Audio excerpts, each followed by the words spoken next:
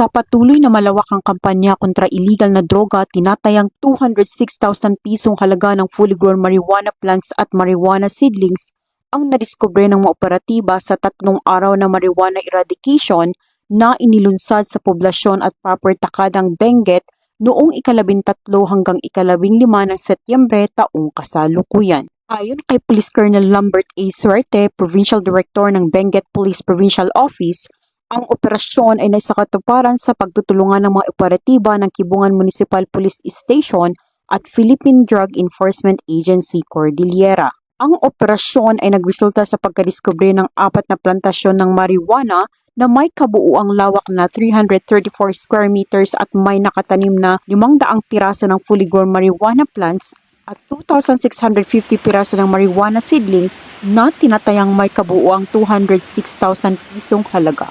Bagamat walang nahuling cultivator, lahat ng nadiskubring marijuana ay naidokumento at sinunog sa mismong lugar, habang ang sapat na sample ay dinala upang isumiti sa Regional Forensic Unit Cordillera para sa qualitative test. Ang pagpuksang ito ng kapulisan ay patuloy na pagsuporta sa kasalukuyang administrasyon na naglalayong maging illegal drug-free ang ating bansa tungo sa mas progresibong bagong Pilipinas.